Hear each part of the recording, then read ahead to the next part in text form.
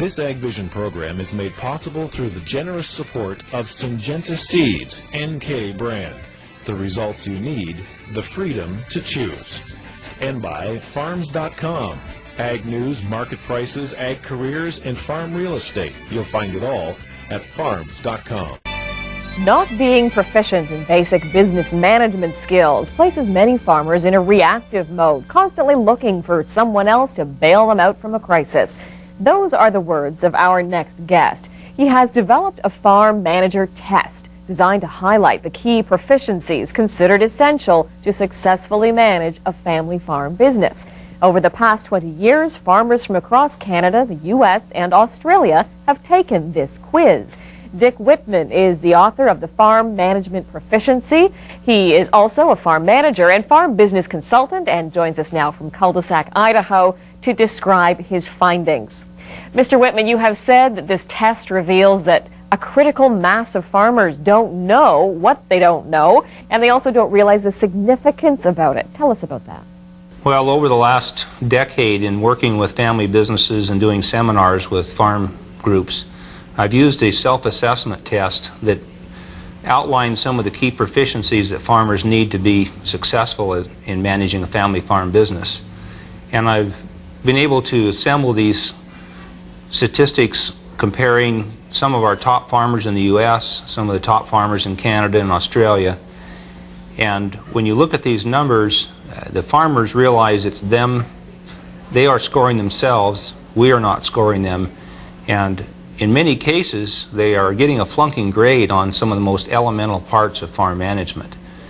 But when we describe farm management, if we don't get specific and we look at the specific skills that it is they need to excel in, they really don't know what it is they need to do to improve or what they need to do to go out and seek training or management development to improve some of those areas. So I've been able to use some of these statistics in some of our programs to have people compare where they are, and it also gives them a goal for a learning path as they start looking at ways to improve their management in their business. Can you give us an idea now of the types of questions that you ask? The common areas that we're polling growers on are not in the production area, because this is an area where most farmers tend to excel. But these are areas in personnel administration, general management, things like, have you established a mission and a vision and a long-range set of values? Do you have a strategic plan? Do you do budgeting? Do you do cost centers and profit center analysis in your business? What about ratio analysis? Do you do this, and how often? Do you use that information to set goals for your business?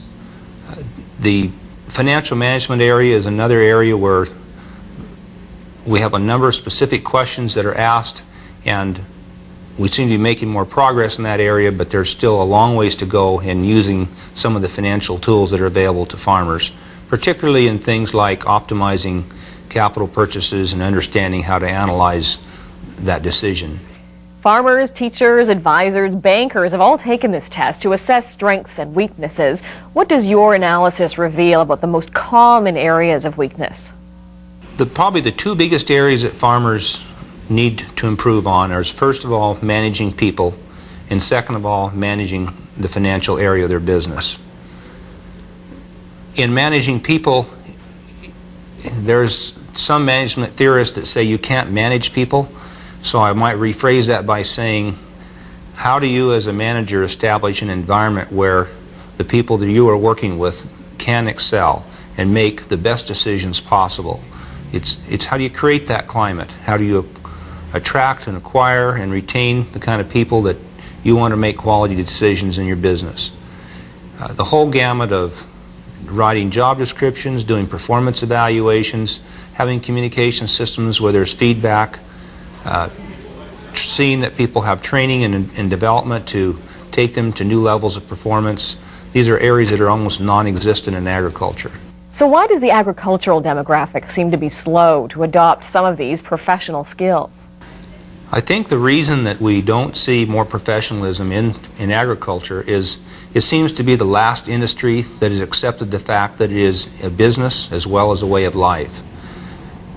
Many people view agriculture as a place where you are there to excel as a producer.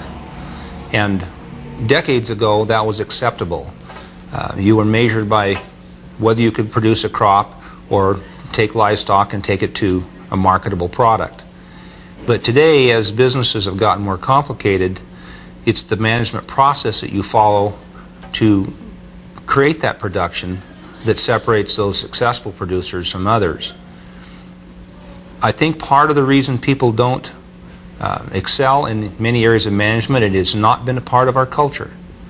And in other respects, because it has been somewhat of a way of life, I think there's been less of an expectation that we run it like a business.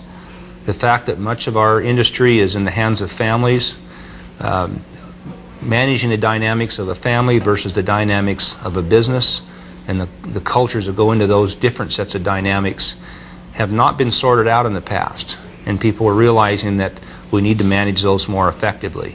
You make it clear that this analysis does not address basic production management proficiencies, and yet you focus heavily on the importance of knowing your cost of production. Why is this so important? The issue of why should you know what your cost of production is it's a tough one, because it's not where farmers want to spend their time. People do not crank out cost of production analysis or do cost and profit center analysis for the erotic satisfaction of cranking out reports. They do that because that is what establishes the foundation for them to link performance and the kind of strategic decisions that can be made to change those numbers. And I'll give you an example. If you had your equipment support cost center very well laid out, and you saw what your costs per acre were to produce a crop, and you looked at the management strategies you're following, and then you could compare your numbers to a neighbor, and you realize that that neighbor is maybe sharing equipment, they are doing some very unusual things on insourcing and outsourcing, and his numbers are better. You're going to be grilling that person as to why the decisions that they made result in better numbers than you have. Now, 2 years ago, with lower fuel and fertilizer prices, we might have been complacent and said, we're okay, we have enough margin, what we're doing is fine. This coming year, with the cost structure that many farmers are facing both in the States and up in Canada, we're going into the new year, in many cases, with a break-even at best in production agriculture. And people are going to be forced to ask questions. What is my cost of production? What are the strategies that I can look at to lower costs or to streamline or increase yield or do something to raise that margin? And the value of knowing that cost of production is not knowing the number itself, but it's establishing a foundation to identify strategies that you can change that will make it better. Do farmers have common areas of weakness in management, whether they're from Canada, the U.S., or Australia? And if so, does this cause you any frustration as a farm business consultant? Well, the surveys are broken into 3 areas. There's the management system, personnel management type things. The second area are the financial management proficiencies. And the third area are the marketing proficiencies.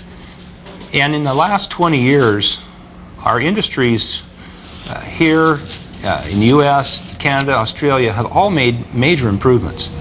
But we have only begun to crawl in the personnel management area.